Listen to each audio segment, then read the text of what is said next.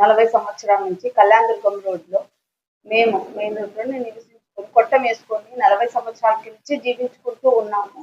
ఈ రోజు వచ్చి మాకి 9 నెలల క్రితం ఇది మాది అనేసి కొట్టేసి వెళ్ళిపోయినారు సార్. మాకి ఆధార్ కార్డులు కానీ రేషన్ కార్డులు కానీ ఏమన్నా కానీ మాకు ప్రూఫ్స్ అక్కడే ఉన్నాయి కానీ ఎక్కడ లేవు. మేము రాజకీయాలలో మాకేమి కూడా తెలియదు. మేము టీ అమ్ముకొని నా పిల్లల్ని ఏదో పోషించుకొని మేము బతుక్కునే వాళ్ళము. దయచేసి మాకు న్యాయం చేయండి సార్.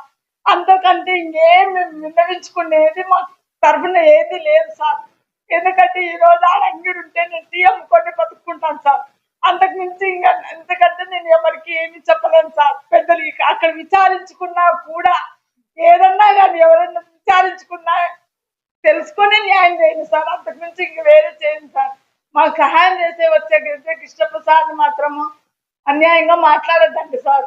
ఎవరే కానీ అమ్మ మీరు కోర్టుకు పోలే, కోర్టు ద్వారా ఉత్తర్వులు వచ్చినాయి కాబట్టి మీరు కోర్టు ద్వారానే పోయి గెలుచుకోవాలమ్మా అన్నారు కాబట్టి మేము కోర్టు ద్వారా పోయినాము. కానీ అంతకు మించి మేము ఇంకేం చేయలేదు సార్. మేము అయితే బాబాంపేటలో మేము ఉన్న ఇల్లు రాజా హోటల్ ఎదురుగా 106/1లో 14 కుటుంబాలు అనేక సంవత్సరాల కిందట ఇండ్లు కట్టుకొని జీవిస్తున్నాము. మార్చి 15, 2025 మా ఇండ్లు సామాన్లు తీసుకునే అవకాశం లేకుండా పగలు రాత్రి అనే తేడా లేకుండా 5-6 రోజులు 4-5 జేసీబీలతో కూల్చడం జరిగింది.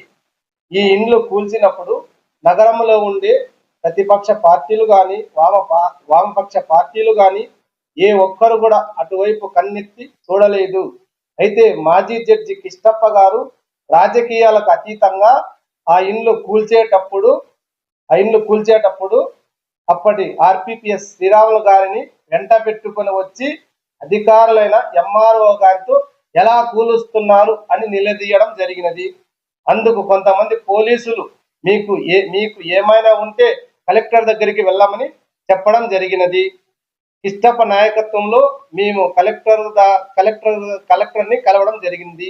కిష్టప్ప గట్టిగా వాదించినందుకు కలెక్టర్ ఆదేశాల మేరకు కూల్చివేయడం ఆపేశారు.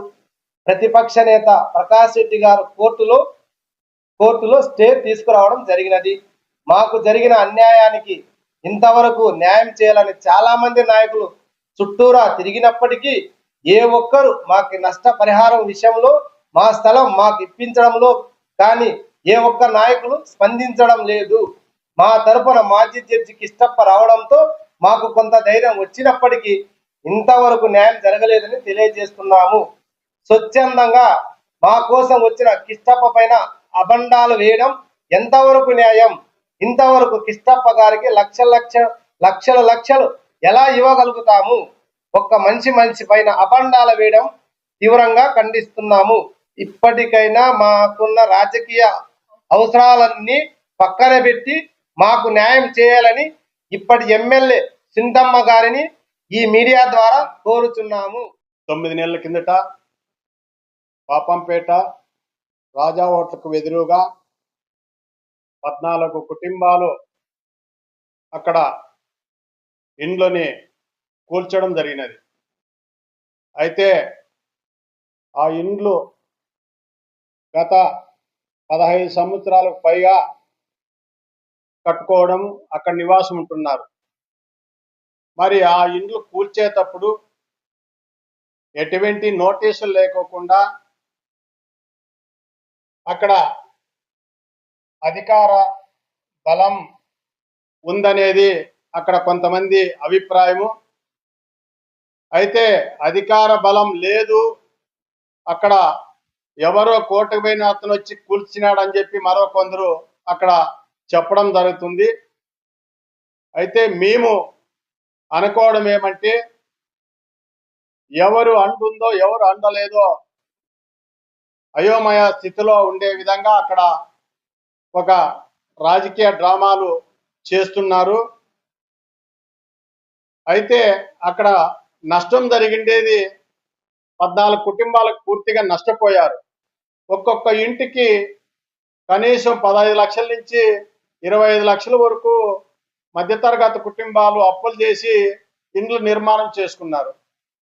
మరి ఈ 9 నెలల్లో ఇంతవరకు అక్కడ ఆ స్థలంలోకి వెళ్ళడం కానీ లేదా వాళ్ళకు జరిగిన నష్టాన్ని కానీ ఏ ఒక్క నాయకత్వంలో వాళ్ళకి న్యాయం జరగలేదని చెప్పి మేము all India Bahujan Samaj party తరఫున తెలియజేస్తున్నాము. మేమైతే పూర్తిగా వాళ్ళకి మద్దతుగా నిలవబోతున్నాము. మరి అదే విధంగా అక్కడ జడ్జి కిష్టప్ప గారు స్వచ్ఛందంగా వచ్చి వీళ్ళకి సపోర్ట్గా నిలవడం జరిగింది. మరి వీళ్ళకి సపోర్ట్గా నిలిచినందుకు ఆయన ఒక కురువ సామాజిక వర్గం నుంచి ఒక బీసీ నాయకుడు, మరి ఆయన మీద లక్షలు తీసుకున్నాడని చెప్పి ఎలా అబండాలు వేస్తారని చెప్పి మేము ఈ మీడియా ద్వారా అడుగుతున్నాం. ఎందుకంటే మాకు ఆయనతో గత 2014 నుంచి మేము ప్రయాణం చేస్తున్నాం. మరి ఆ రోజు నుంచి మేము ఆయన ఒక రాజకీయ పార్టీలే పోయేదాకా మేము ఆయన వెనకంటి ఉండడం జరిగింది. మరి ఎప్పుడు కూడా డబ్బులు ఎక్కడ వసూలు చేసినట్లు కానీ డబ్బుల కోసం పని చేసినట్లు కానీ ఆయన మనస్తత్వం మాకు ఎప్పుడు కనపడలేదు. అటువంటి మంచి మనిషి పైన అక్కడ కొంతమంది డబ్బులు లక్షలు వసూలు చేసినారు అని చెప్పి కిష్టప్ప పేరు తీసుకురావడం సరైంది కాదని చెప్పి మీడియా ద్వారా తెలియజేస్తున్నాము. వాళ్ళు కూడా బీసీ నాయకులే, అలా మాట్లాడడం సరికాదని చెప్పి తెలియజేస్తూ, అయితే ఆయన ఒక రాజకీయ పార్టీలోకి వెళ్ళినా అక్కడ ఉన్న వాతావరణాన్ని చూసి ఆ రాజకీయాల నుంచి కూడా బయటికి రావడం జరిగింది. ఆ రాజకీయాల్లో ఇమరలేక ఆ రాజకీయ పార్టీల్లో ఉండలేక ఆయన గత ఒక 5-6 సంవత్సరాల నుంచి ఎక్కడ ఎవరైనా బీసీ నాయకులు మీటింగులు పెట్టినా లేదా మా పార్టీ తరఫున ఎక్కడైనా మీటింగులు జరిగినా లేదా కుల సంఘాలు ఎవరైనా మీటింగులు పెట్టినా అక్కడ ఒక మేధావిగా ఒక పెద్దగా వచ్చి ప్రజల పక్షాన నిలబడి మాట్లాడడం జరుగుతుంది. కాబట్టి ఆయన్ని ఏ రాజకీయ పార్టీ వైపు చూడొద్దని చెప్పి తెలియజేస్తున్నాం మీ మీడియా ద్వారా. ఆయన ఏదైనా ఉంటే నష్టపోయిన కులాల వైపు స్వచ్ఛందంగా మాట్లాడే గుణవంతుడైన, అంతేగాని ఆయన ఎవరి ద్వారాగో లక్షలు తీసుకోవాలని ఆశ కానీ లేదా వీళ్ళని అడ్డం పెట్టుకొని ఇంకొకరితో రాయబారాలు జరిపే లక్ష్యం కానీ ఎప్పుడు ఆయన చేయడం లేదు. ఇప్పటికైనా తెలుసుకోవాలి.